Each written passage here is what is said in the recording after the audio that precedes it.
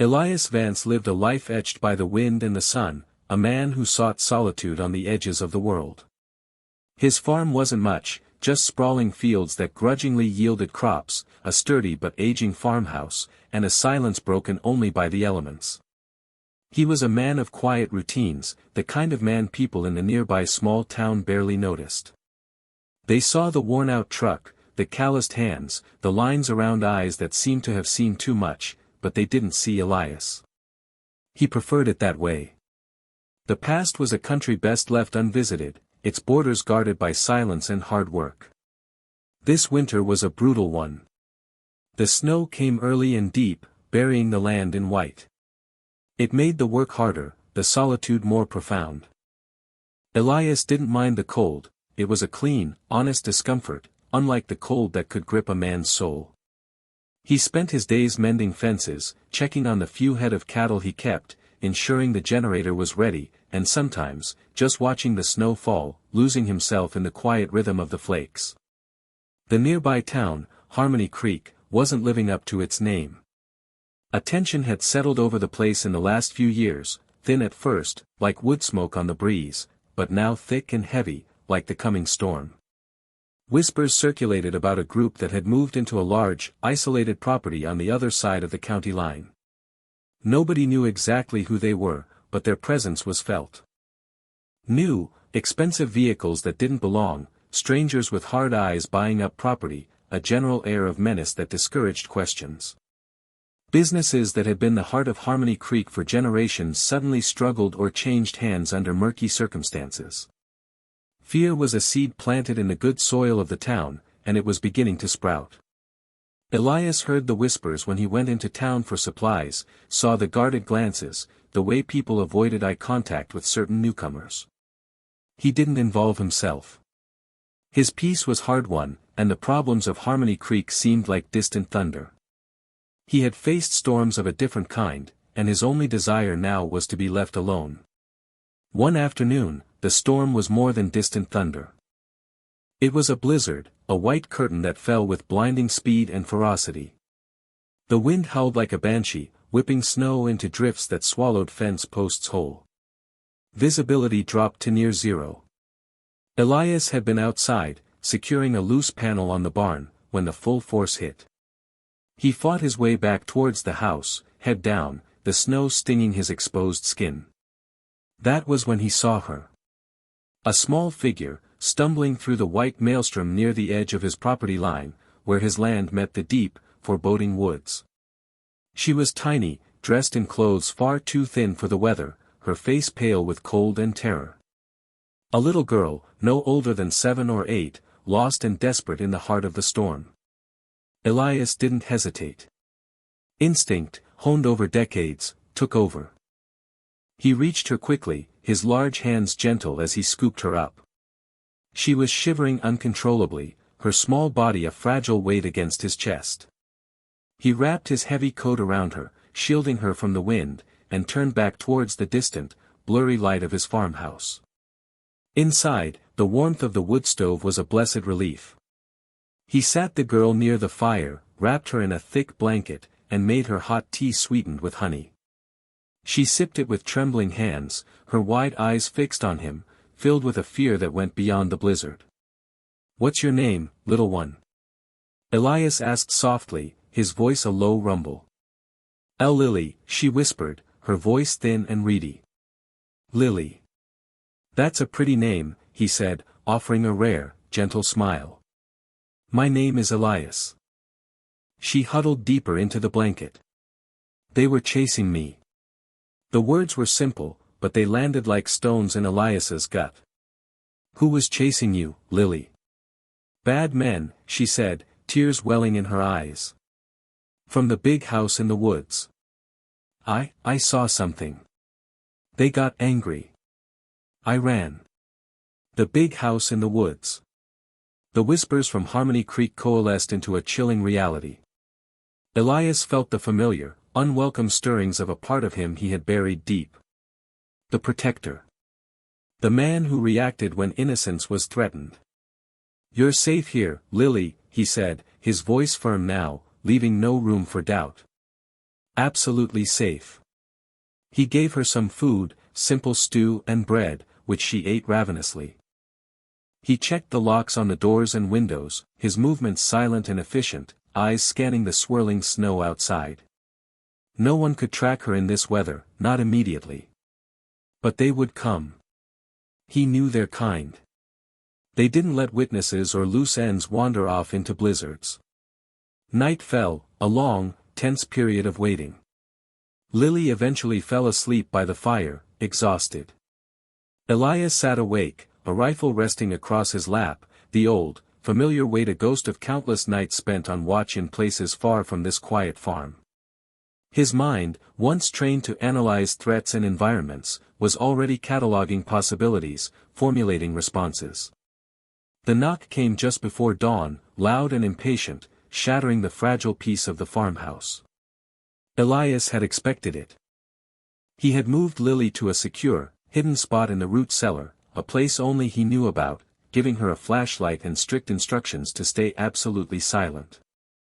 He opened the door, just a crack, keeping his body mostly concealed. 3 men stood on his porch, large and imposing, their faces hard under the hoods of their jackets. They wore expensive, tactical-looking gear that seemed out of place on a snowy farm porch. One of them, a burly man with a scarred face, stepped forward. "We're looking for a little girl," Scarface said, his voice a low growl, laced with implied threat. "Ran off from our place." Elias kept his expression neutral, eyes calm. "Haven't seen anyone," he said. "Been holed up here since the blizzard hit. Bad weather to be out." Scarface's eyes, cold and calculating, swept over Elias, taking in the worn clothes, the age, the unassuming demeanor. He dismissed him instantly. "An old farmer wouldn't last 5 minutes out there," he sneered. "Step aside, old man. We're checking the house." "This is private property," Elias said, his voice still quiet, but with an edge of steel that was barely perceptible. "You don't have permission." The second man, younger and jumpier, snickered. "Permission? We don't need permission, Grandpa." He shoved the door hard. Elias didn't try to stop the door. As it swung open, he moved. Not with speed that defied his age, but with an economy of motion, a precise, deadly efficiency that came from decades of ingrained training. The younger man stumbled forward. Before he could recover, Elias's hand shot out, gripping his wrist, twisting with brutal force. There was a sharp crack of bone. The man screamed, dropping his weapon.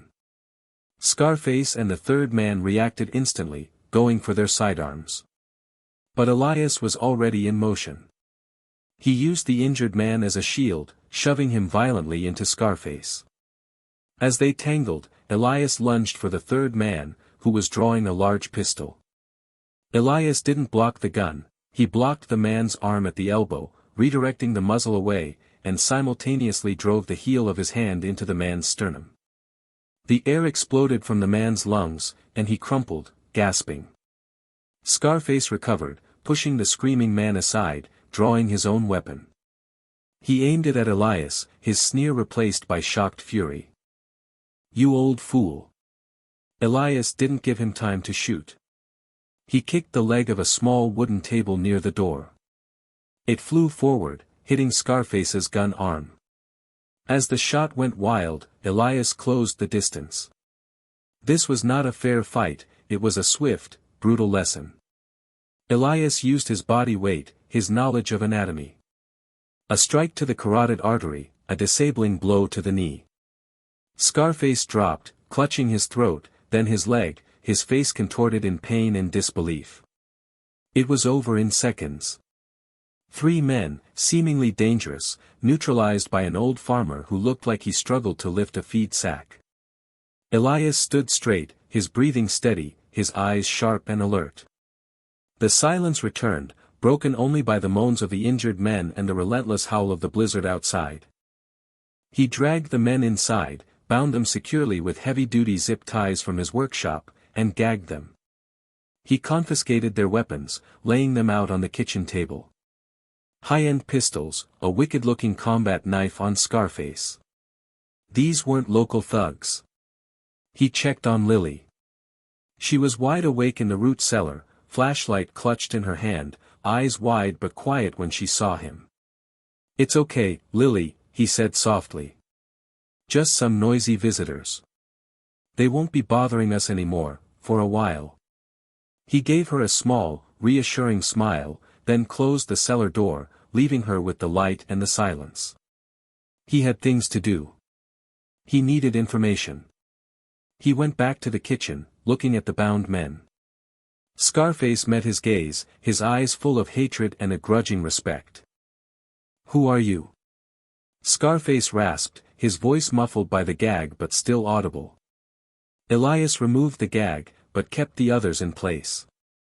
"Just a farmer," he said. "You came onto my land. You threatened me. Big mistake. You think this is over?"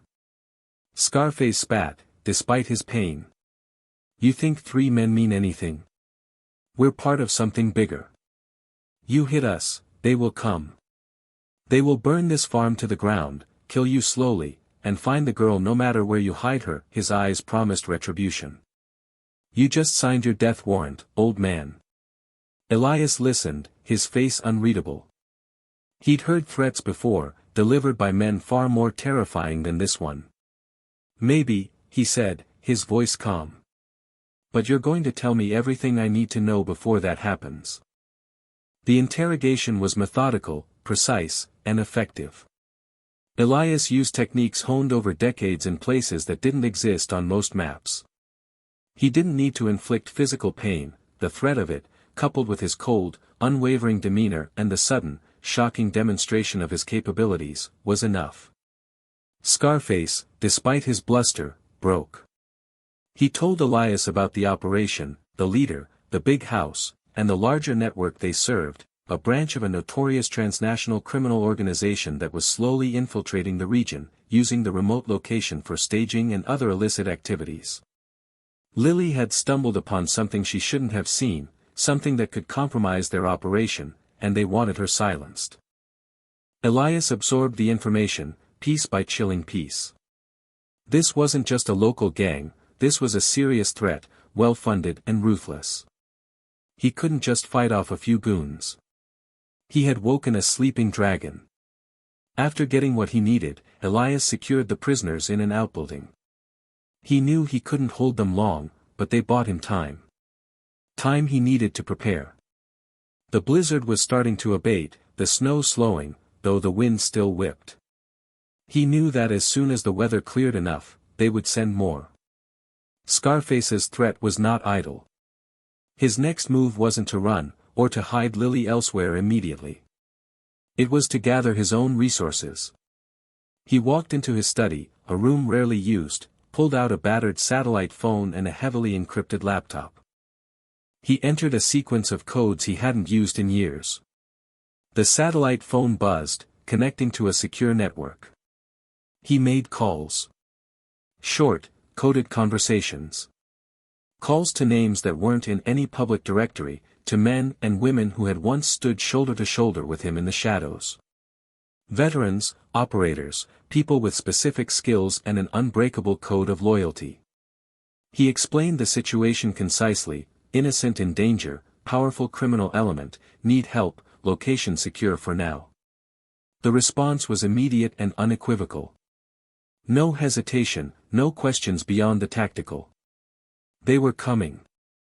Men and women who had sworn an oath not just to a flag, but to each other, and to the principles of protecting the helpless. They were scattered across the country, across the world, but they would converge on Harmony Creek. While he waited, Elias continued his investigation, using the intel from Scarface. He cross-referenced names and locations, digging through open-source intelligence and accessing old, gray-area databases he still had keys to. He learned more about the leader, a man known only as the Handler, brutal, intelligent, and paranoid, never showing his face in public, operating through layers of subordinates. The big house was a heavily fortified compound. Their operation involved not just drugs, but human trafficking and extortion, preying on the vulnerability of the region. Lily's story made chilling sense now. As the snow finally stopped falling and the sky began to clear, the first of Elias's allies started to arrive, singly or in pairs, blending in as best they could in the rural landscape. A quiet woman who arrived on a souped-up dirt bike, carrying a duffel bag that probably didn't contain clothes. A man who looked like a retired trucker but moved with coiled power. A former medic, whose gentle hands could also set a bone or apply a tourniquet under fire. They came from different branches, different theaters, but shared the same calm readiness. They gathered in Elias's farmhouse, the air filling with quiet conversation and the smell of brewed coffee. There were introductions, brief, respectful nods. They knew Elias's reputation, he knew theirs. Trust was implicit, forged in circumstances far deadlier than this. One of the arrivals was a man named Ben Carter, a burly former Marine, who had been a close friend to Elias's son, lost years ago in service. Ben looked at Elias with a mixture of respect and concern. "Elias," Ben said, his voice low. "When you call, we come. But this sounds big. You sure about this?" "They hurt an innocent, Ben," Elias replied, his gaze steady. "They brought their darkness here. We can't let them have it." "Then we fight," Ben said, his jaw setting. The others nodded in agreement. They reviewed the intelligence Elias had gathered, spreading maps of the area on the kitchen table. The handler's compound was the heart of the snake. Taking it out was the goal, but it was heavily defended. They needed to weaken the organization, cut off its limbs before going for the head. Tell us where you're watching from.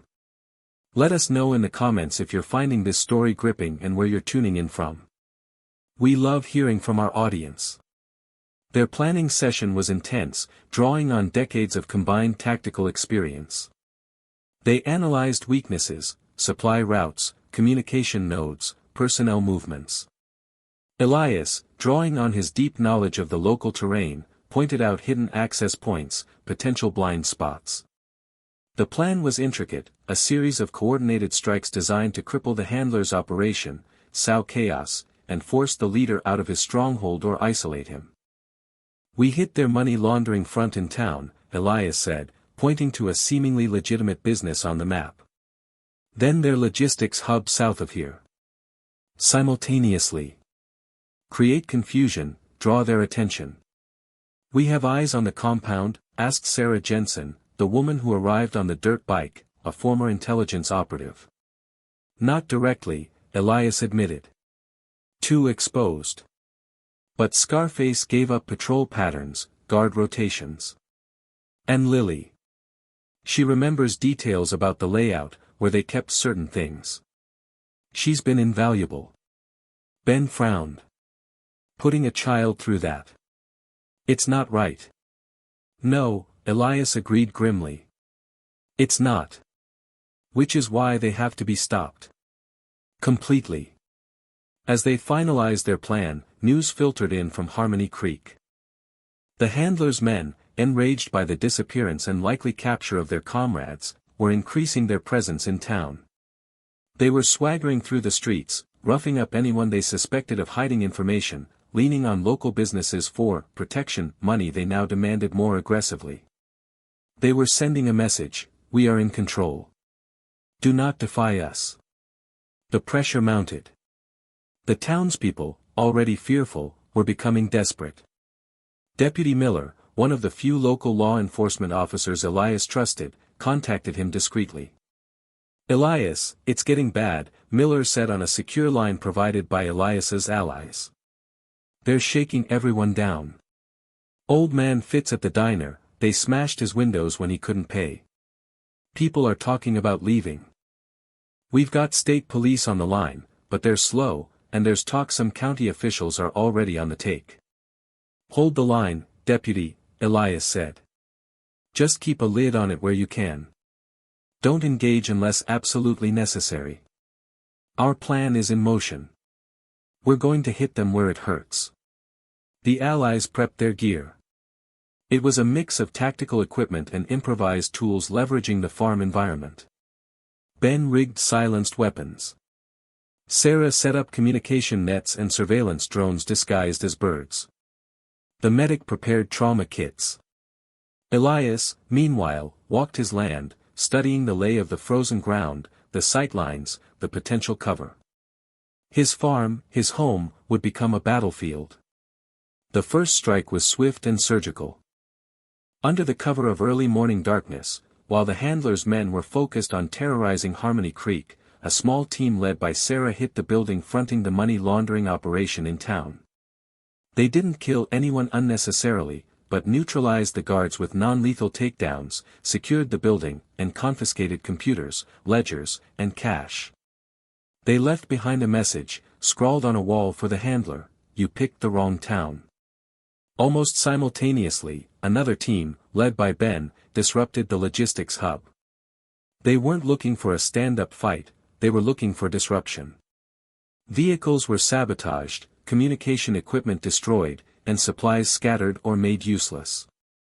Again, minimal force was used, focusing on disabling the operation rather than mass casualties. The results were immediate and chaotic. The handlers' network reeled from the unexpected blows. Their response was furious and indiscriminate. Believing the attacks came from disgruntled locals or rival gangs, they doubled down on their intimidation tactics in Harmony Creek. They burned down Old Man Fitz's diner as a message. They roughed up more people, their actions escalating in brutality. "They're lashing out," Elias observed, watching the reports come in. "They're strong, but sloppy when surprised." They didn't expect organized resistance. The attacks in Harmony Creek tested the resolve of the townspeople. Fear spiked, but so did anger. Seeing the diner burning, a beloved local landmark, ignited a spark of defiance. Inspired by the unknown individuals who were actually doing something, people began to push back in small ways. Refusing to open their doors to the thugs, gathering food and supplies for those affected, sharing information about the gang's movements with Deputy Miller, who discreetly passed it on to Elias. The antagonists, led by the lieutenants the handler trusted most, Scarface's superior, a man known as the Butcher for his cruelty, decided to make an example. They targeted Elias's farm. The source of the initial trouble, the place where their men had disappeared. They gathered a large force, planning a brutal, overwhelming assault. Elias and his allies knew they were coming. Their intel network, bolstered by local eyes and Sarah's surveillance, was tracking the movement. They had anticipated this retaliation. This was part of the plan. They had spent the time since the initial strikes preparing the farm, turning a quiet homestead into a layered defensive position. The farm was a deceptively simple piece of terrain. Open fields, scattered outbuildings, a creek, a dense woodline to the north. Elias knew every dip and rise, every potential avenue of approach.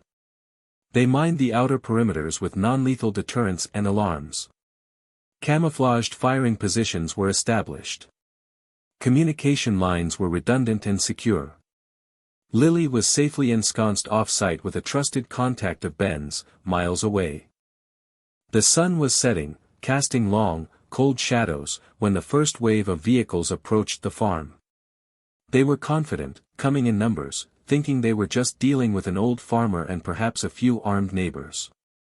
The battle for the farm began. It wasn't a frontal assault Elias's team was designed to repel. It was a strategic dismantling of the attacking force.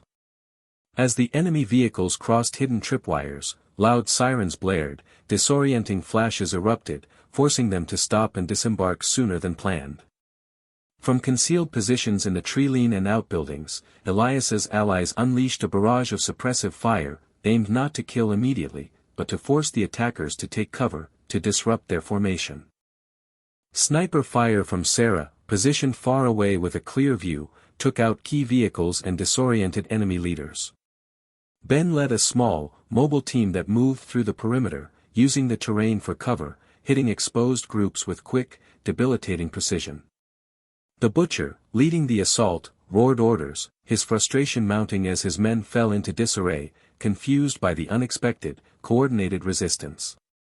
They expected a farmhouse siege, they got a professional ambush. Elias was everywhere, but also unseen. He moved through the defensive positions, a calm presence, directing fire, assessing the enemy's reactions, making micro-adjustments to the plan in real time. He wasn't just a shooter, he was the conductor of this chaotic symphony of defense. The attackers tried to regroup, to push forward under fire. But Elias had anticipated their movements. He had guided them into kill zones, areas where overlapping fields of fire from his allies pinned them down. The medic, working swiftly behind the lines, treated any injuries to their own team while also calling out locations of enemy wounded who were no longer a threat. The battle raged through the night. Flares lit the darkness, gunfire echoed across the fields. The handler's men were numerous and well-armed, but they lacked coordination, discipline, and the crucial element of surprise. They were up against a force that knew how to fight smart, how to use the environment, and how to rely on each other with absolute trust. By dawn, the attack had withered. Dozens of the handler's men were neutralized, captured, wounded, or fled back into the woods. The butcher, enraged and humiliated, was among those captured, found hiding in a ditch, his arrogance replaced by cold terror when he saw Elias standing over him. The farm was scarred, bullet holes in the house and barn, churned snow in the fields. But it stood. And Elias Vance stood with it, his quiet strength a palpable force. The defeat at the farm was a major blow to the handler. He had underestimated Elias Vance profoundly. He had lost valuable men, material, and face. His network was exposed, shown to be vulnerable. Deputy Miller, seeing the evidence at the farm and the sheer scale of the neutralized force, had finally convinced state authorities that this was a major criminal operation, not a local disturbance. Reinforcements were en route, legitimate ones this time, but they were still hours away. The handler, paranoid and cornered, made a desperate move. He ordered his remaining forces to consolidate at the compound, preparing for a last stand. He also ordered a scorched earth policy, eliminate any remaining threats in Harmony Creek, make an example so brutal that no one would ever dare defy him again. This was the handler's critical error. He was focusing inward, on defense and petty revenge. Elias knew this was the opportunity. With the bulk of the remaining enemy consolidated, they could hit the head of the snake directly. The objective was the handler's compound.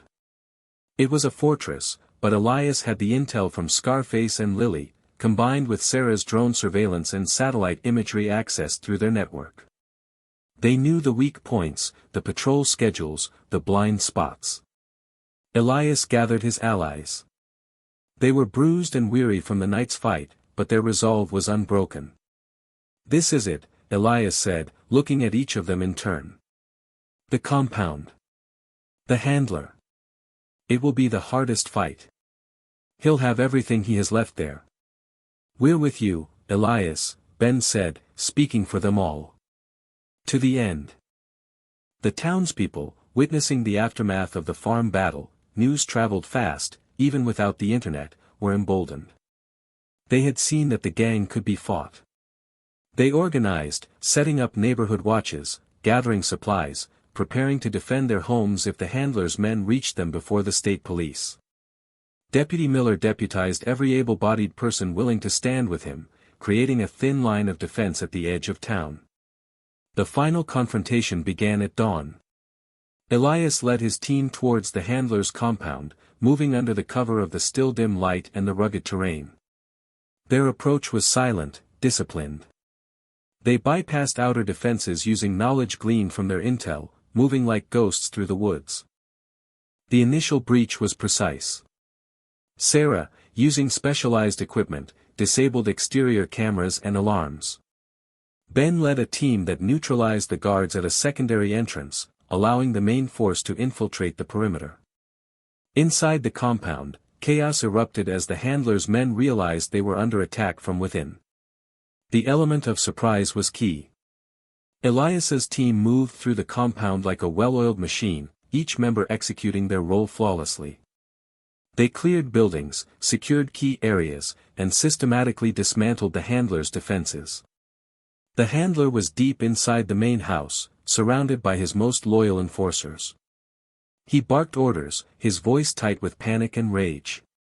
He couldn't believe this was happening. An old farmer? Impossible. Elias and Ben, along with a few others, spearheaded the push towards the main house. This was the most dangerous part, the heart of the enemy's strength. Gunfire echoed through the halls. They moved with practiced efficiency, clearing rooms, neutralizing threats. Elias was relentless, his movements fluid and powerful despite his age, a whirlwind of controlled violence. They reached the handler's inner sanctum. The door was reinforced, but Elias's team had brought the right tools. They breached it. Inside, the handler waited, surrounded by a half-dozen heavily armed guards. He was not the imposing figure of legend, he was a man consumed by fear and rage, his face pale, eyes darting. "Who are you?" the handler shrieked, raising a gold-plated automatic weapon. "You're just farmers. Local yokels." Elias stepped forward, his face grim. "We're the people you tried to break," he said, his voice calm and dangerous. "The ones you underestimated." The final fight was brutal and intense. The handler's guards were skilled, but they were fighting for a paycheck and a monster. Elias's team was fighting for justice, for their home, for Lily. That kind of motivation was a powerful weapon. Ben engaged the guards with ferocious intensity. Sarah provided covering fire, moving with incredible speed. Elias focused on the handler, weaving through the gunfire, closing the distance. The handler fired wildly, his shots inaccurate. Elias didn't return fire immediately. He moved, a phantom, dodging bullets, using the environment, waiting for his opening. He disarmed one guard with a swift, bone-breaking move. Another fell to Ben's precise shots. The handler, seeing his protection dwindling, tried to retreat. Elias intercepted him. The handler turned, swinging his weapon like a club. Elias blocked it easily, trapping the barrel. He looked the handler directly in the eye, and for the first time, the handler saw not an old farmer, but the cold, deadly resolve of a true warrior. "You built your power on fear," Elias said, his voice low. "On hurting the weak. That power is an illusion." He disarmed the handler with a sharp twist, the expensive weapon clattering to the floor. He didn't need a gun. He needed to deliver justice, person to person. He used his hands, precise, debilitating strikes that left the handler on the floor, whimpering, completely broken. The remaining guards surrendered quickly once their leader was down. The compound was secure. The battle was won. Silence fell over the compound, broken only by the sounds of securing prisoners and tending to the wounded. Elias stood in the handler's opulent, now ruined office, the weight of the conflict settling upon him. He looked out the window at the rising sun, illuminating the snow-covered landscape. Deputy Miller and the arriving state police found the compound secured, the criminal operation neutralized, and Elias and his allies waiting calmly. The prisoners were handed over, evidence secured. The scale of the operation uncovered, the weapons, the drugs, the horrifying evidence of human trafficking, shocked even the seasoned officers. Elias and his team, providing minimal identifying information, simply stated they were concerned citizens who took action when law enforcement was overwhelmed. Their identities, forged in secrecy, remained largely protected. Deputy Miller understood, offering a look of profound gratitude and respect. Back at the farm, the allies gathered one last time. They were quiet, the adrenaline fading, replaced by exhaustion and reflection. "We did good, Elias," Ben said, sitting by the fire, a mug of coffee warming his hands. "We shut them down." "For now," Elias replied. "There's always more. But this place is safe. Harmony Creek is safe." They talked about their fallen comrade from years ago, Ben's friend, Elias's son. Their actions here felt like a continuation of the fight he had died for. Protecting the innocent, standing against evil. Elias thought about Lily. She was safe. That was the most important thing. Her bravery, her simple act of running, had been the catalyst for all of this. He knew she would be cared for, finally free from the shadows that had haunted her young life. The story of how an old farmer and his friends routed a powerful criminal network spread through Harmony Creek like wildfire, though the details remained shrouded in rumor and speculation. People spoke of angels, of vigilantes, of a quiet miracle. What mattered was the result. The fear was gone. The heavy tension lifted. Businesses began to rebuild, supported by neighbors. People smiled again, talked openly again. Harmony Creek began, finally, to live up to its name.